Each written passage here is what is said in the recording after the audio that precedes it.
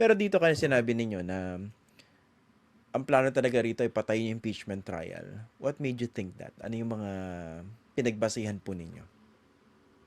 Yung mga nangyari kanina, no? Una, yung ating inside information, pangalawa, yung nangyari noong February 5, tapos nung nangyari noong January 1 na transfer yung schedule from June 2, June 1 pala nung transfer yung schedule from June 2 to June 11, meron ng plano.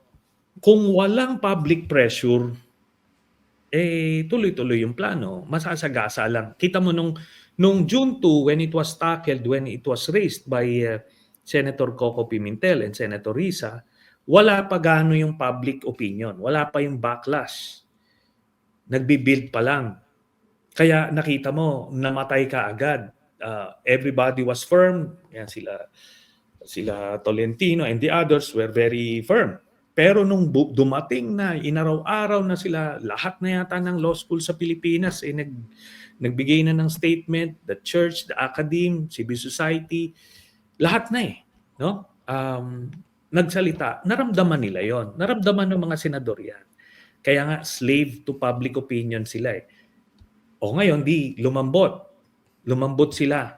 Kaya nga ngayon, kita mo, kahit nawala sa agenda, yung pagbobotohan ngayon, since na blindside sila rito, still, nangyari sila. Hindi nila na stonewall. Napagbigyan nila yung motion ng minority. Doon mo makikita kung nasaan yung pulso ng Senado. Nangyari yon. So I can Okay. imagine the conversation doon sa caucus na yon. Ano yon? Marami nagsabi doon na ba't pa nating dinedelay, masisira tayo masisira pa kami. Kung kayo-kayo lang naman yung may agenda dyan. So, ganun yan. Very candid yung debate dyan sa caucus. So, in the end, they were forced to do this. Ngayon, ang nakita natin, based dun sa info namin, merong inaantay daw yata itong Duterte block sa Supreme Court kasi meron yatang in-expect sila na kung ano ba, TRO or something na malabo naman dumating but they're still holding out. Kaya kita mo, gusto nila Wednesday. Hindi nag-convince, sige, pagbigyan kayo dito, pero technically, so parang pwedeng ito rin kasi minsan, no? Itong mga maka-Duterte, ewan ko kung nahalata mo ito, naniniwala sila sa sarili nilang fake news minsan, di ba? Naalala mo nung inaresto si Duterte, Yung TRO. may Daw. nagsalita, meron daw TRO, may TRO, ganyan, ganyan. Papunta na kami, kukunin yung ano. Talagang naniniwala sila.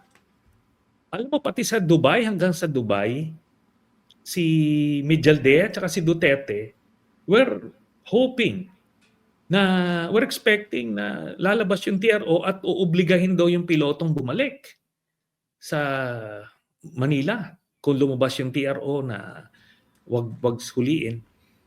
Ganon. Hindi naglabas ng TRO Di ba?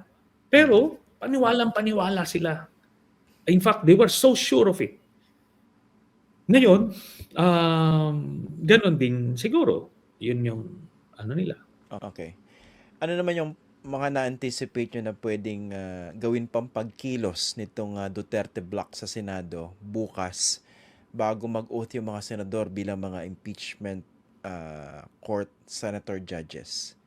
Kasi, di ba, napag-usapan sa debate kanina, baka raw mag-manifest pa or mag-motion or whatever or mag-speech itong si Senator Bato. Ano yung mga na-anticipate yung pwede pa mangyari? Pwede siya mag-filibuster technically. Pero parang hanggang kailan mo gagawin yan? Di ba?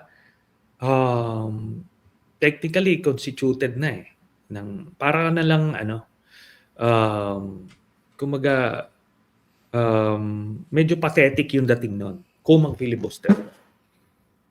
Which I doubt that he would have the capacity to do, no? Kasi yung pag-filibuster ibang skill level yon. tsaka stamina nun, mabigat. Mabigat yung stamina. So, ganyan yung pwedeng gawin. Pero nakita mo na yung iba, nakita mo yung body language ng iba, pagod na eh. Tama na to. Yung iba, ito ano, napansin mo, nung nagsasalita sila, nagbibigay sila ng manifestation. Ang audience naman nila, hindi yung taong bayan eh. Meron din silang, ang audience nila si Sara Duterte. Na tipong, hindi, constitutional mandate ito, obligado tayo nito, ganito. Pero ito doesn't mean yung kasi mahina naman yung kaso, ganyan. Yung may mga ganong paramdam sila na tipong papacheck ng attendance kay Sara. Na tipong boboto Nandito ko pa rito kami. pero good shot pa rin ako Sa'yo pa Nandun rin pa ako, kami. parang gano'n. Oo. May nakita Pero akong ganun, Senador eh. Isa. At meron, least one. meron. Medyo Ako obvious nakita eh. ko yung alam mong siya na tipong dito ako, vigorous siya, dito pa rin ako. Kung sakaling Libo. magpresidente ka someday, wag mo 'tong kakalimutan, parang gano'n. Alam na Gano'n miss. yung yung pagpa-check ng attendance. Pero yung iba, makita mo, lang, hindi sila nagsasalita, pero I remember yung mga ganyang nung panahon ni Duterte, publicly iba yung posisyon, tapos yung iba hindi nagsasalita, pero pag caucuses, and lumabas yun when Duterte was trying to he voided my amnesty, di ba, na pinapadukot. Ang posisyon nila sa Malacanang, walang sosuporta sa akin na senador. Kasi kanila yon. Lo and behold, lahat ng senador doon, close ranks, supporting na wag akong ibigay. Kasi iba yung mga niyan, mga body language niyan sa labas at behind the scenes. Kaya mas interesado tayo dun sa mga behind the scenes info. So doon namin nabibilang ito yung mga boboto dito sa issue na to. Kaya nung over the weekend, nakita namin na lamang minimum was 13. Kaya pwedeng i-push ito. So nung pinush, malaking bagay talaga yung public pressure dahil tinatablan din ng mga senador, no? Sa bagay, kung talagang parang hanggang saan mo lang pwede ipaglaban yung mali, di ba? Hanggang kailan mo pwedeng balututin. Eventually, magmumukha ng tanga yung senador, di ba? At talaga may tama na sa mismong institusyon eh. Oo, pagka nominal voting, itataya mo yung pangalan mo dun sa mali at dun sa katangahan. Di ba? Parang doon ka ididikit mo yung pangalan mo doon. Ayaw nila noon. Kaya pagka ganon, way out yon. Sige, mag-focus muna tayo para walang ayaw din nilang maboboto sila ng tuloy impeachment. Baka naman si Sara baka nanlilisik yung mata sa kanila. Parang ganon. Di ba? Kaya kailangan magpa-check nga ng attendance muna para kung sakaling pupunta ako dito, boboto rito, dapat naiintindihan mo yung konteksto, parang gano'n. Yan yun. At indicator ito, Christian, pagdating nagsimula na yung trial at makita ng taong bayan at makumbinsi yung taong bayan na totoo yung mga aligasyon, yan na rin yung indication. Itong voices na nagtutulak ng impeachment, once ma-confirm at ma-validate yung mga allegations during the trial, itong ingay na nito plus yung mga estudyante at yung ordinaryong Pilipino, dadagdag pa sa ingay, lalo nang mahirap mag-acquit pagka ganun. Yes. Before this, siguro Chis Escudero was the most hated senator in the Philippines because of the way he was handling, or sabi na iba, mishandling this impeachment issue. Do you think kahit paano naka-recover dito si Chis Escudero with what happened this evening? Ano yan? Marami pa siyang opportunities to redeem himself. Kasi ganito, scenario lang. Kung matutuloy yung impeachment sa 20th Congress tapos siya yung presiding officer, kasi may scenario na baka si Senator Soto yung magiging presiding officer. Pero assuming siya, tapos magpakitang gilas siya, magpakita siya ng even-handed yung kanyang pag-decide sa mga motions, tapos pakita niya yung legal know-how niya, tapos at the end, kung lumabas yung mga ebidensya, i-convict niya. Aba, ano siya doon? Poging-pogi siya ulit. Diba? Pwede Yun mag-VP. yung redemption niya. Hindi lang, kasi target niyan, presidente. So, Ganun ba? yun yung kanyang moment, di ba?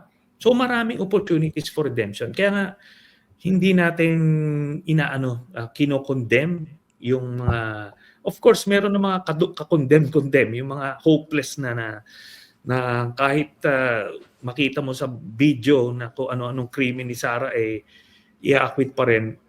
Yun, wala na yun. Wala nang redemption yun. Pero itong mga iba, meron pa yan. Dito, Senator, anong basa ninyo? Mukha bang sariling galaw na lang ito ng mga senador, factoring in their separate political interests, at talagang labas na rito yung Malacanang? Kumaga kilos na ito ng Senado? I believe so. Based sa impormasyon na nakakalap natin, ambivalent yung Malacanang about this. Initially, I believe this is a play ni Senate President Escudero para sa kanyang Senate presidency, para ma-retain niya yon. So in-accommodate niya yung Duterte bloc.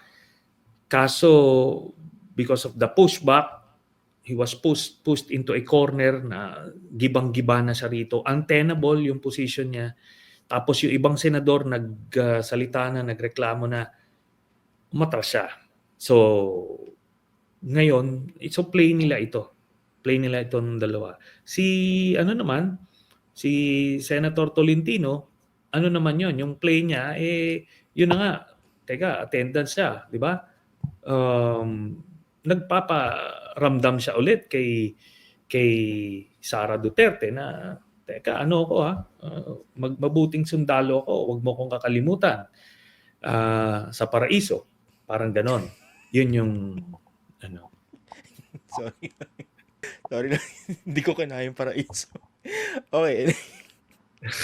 Senator, wag ka na magjo-joke na straight face medyo. Okay. Oo, talagang di ba nakita mo yung he was really going out of his way to please si Sara. Let's talk about yung possible second win ng mga Duterte kasi yung Duterte block. Okay. Dahil after June 30 magpapalit to, no? And I think siguro naman foregone conclusion na talagang tatawid ito, no, sa 20th Congress. Yes. Dahil parang indefensible naman na mag-convene sila ngayon tapos tatapusin by June 30. Okay. Pero may mga papasok ng mga bagong senador. What do you think of the numbers? Madadagdagan. Madadagdagan yung mas yung na pabor na ituloy impeachment. Kasi ang mga bago doon is Senator Soto, Senator Ping,